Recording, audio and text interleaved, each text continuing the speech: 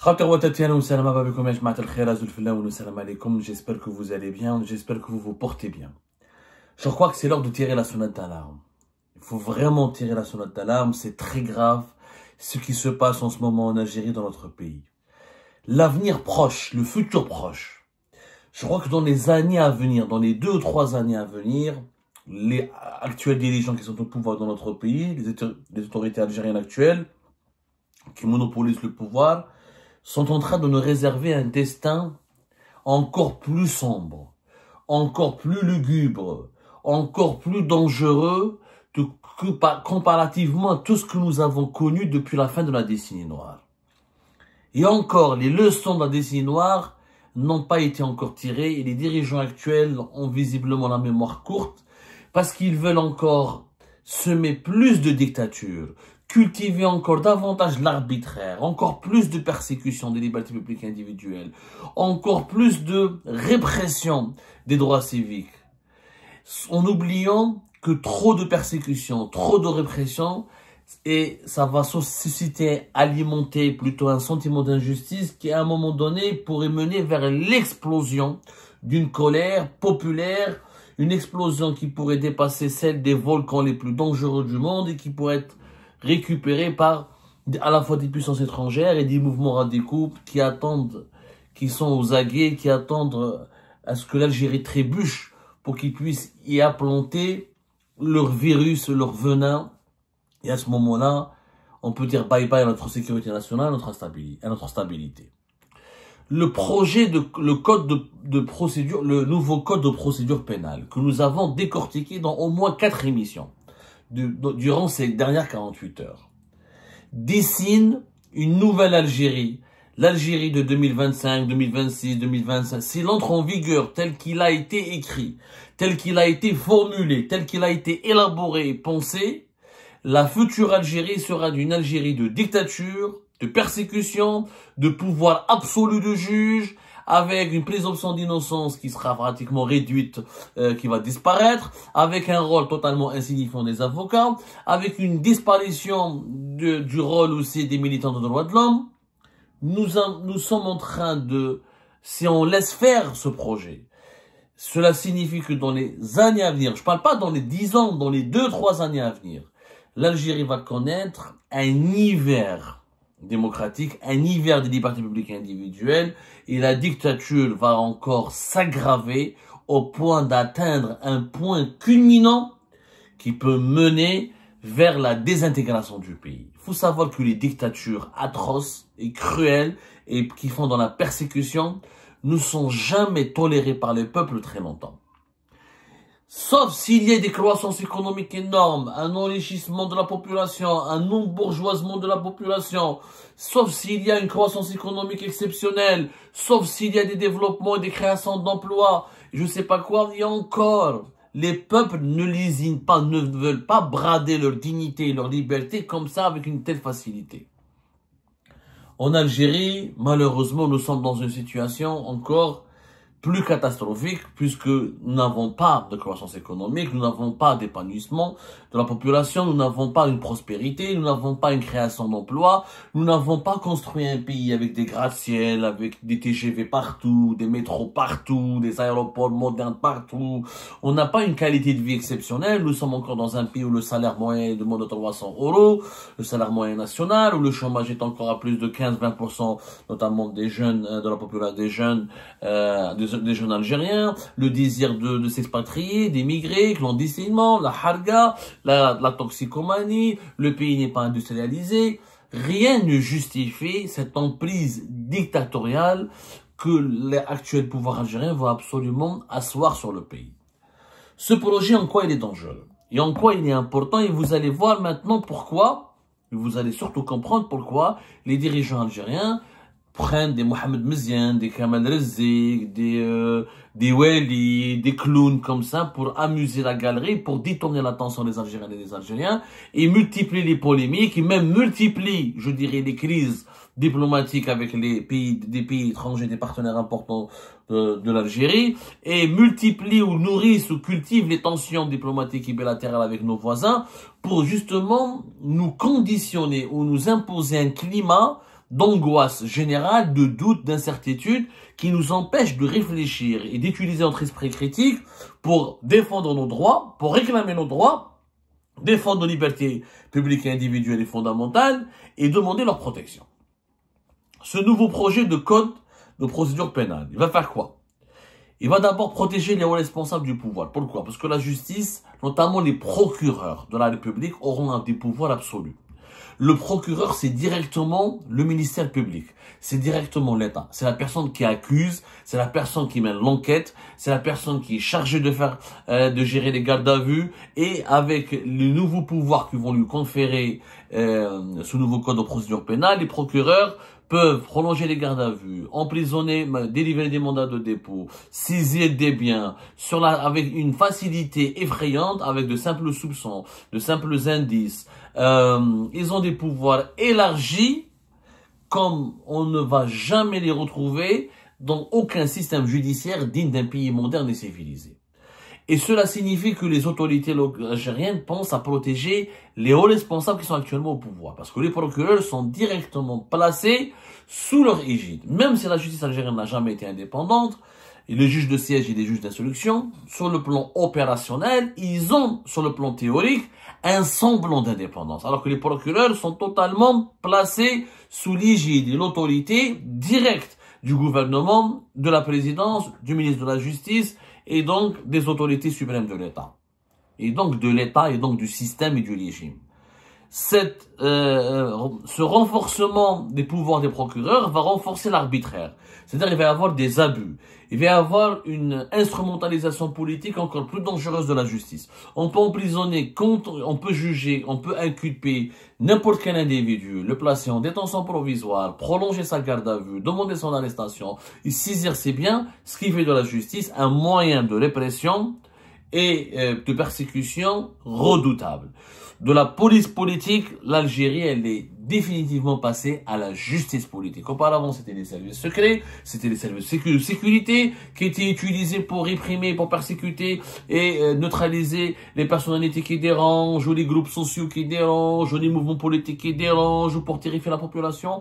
Aujourd'hui, on utilise la justice, on utilise les procureurs notamment et la justice à l'appareil judiciaire pour légaliser, pour donner. Auparavant, le régime algérien ne se souciait pas de la légalité des formes de sa répression. Aujourd'hui, à travers ce nouveau code de procédure pénale, on va donner une légalisation, une certaine légalité à la persécution, à la hogra, à l'abus de pouvoir. Ce qui est inédit. Alors que la justice est censée être un contre-pouvoir et non pas un outil politique pour la répression.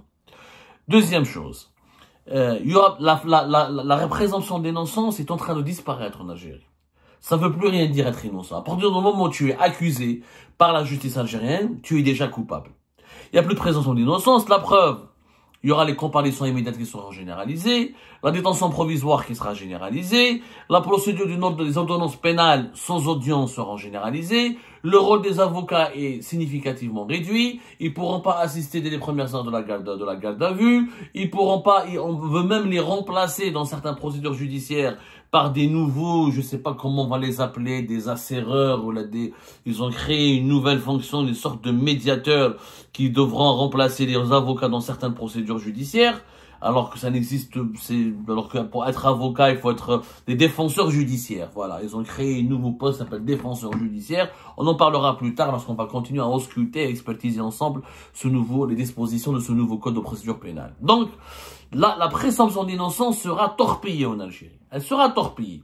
Tout est fait pour qu'on parte en prison rapidement, pour qu'on soit jugé rapidement, pour qu'on soit placé en détention rapidement, pour qu'on soit arrêté rapidement, pour que ses biens et ses patrimoines soient saisis rapidement. Sans enquête, sans condamnation judiciaire, sans preuves tangibles ou des preuves irréfutables. Juste simple soupçon, forte présomption, les procureurs et les juges ont le droit de tout faire maintenant. Et ça veut dire quoi? Ça veut dire que chaque Algérien est potentiellement un prisonnier. Chaque Algérien est potentiellement un futur détenu. Chaque Algérien est potentiellement une prochaine victime de l'appareil judiciaire et de ses dérives et de ses abus. Ça, les Algériens et les Algériens doivent le savoir. Il faut qu'ils le sachent. En plus, l'appareil judiciaire, il est totalement verrouillé. Les nominations seront désignées que par les autorités et les dirigeants du pays. Les avocats n'ont pas été associés à ce projet, ils ne sont même pas entendus. Leur prérogative, elle recule de plus en plus et leur rôle est de plus en plus insignifiant au sein des tribunaux algériens. Les militants des droits de l'homme sont quasiment réduits au silence, ils n'existent plus. Les partis de l'opposition sont réprimés définitivement et leur existence elle est aujourd'hui fantomatique. Pratiquement toutes les figures de l'opposition algérienne, ou elles sont en prison ou sous contrôle judiciaire, ou elles s'étaient exilées à l'étranger pour se réfugier. Cela signifie quoi? Cela que cette réforme, cette pseudo-réforme, qui est vendue par les autorités algériennes, n'est pas une réforme, c'est un projet politique. Elle n'a rien à voir avec la justice.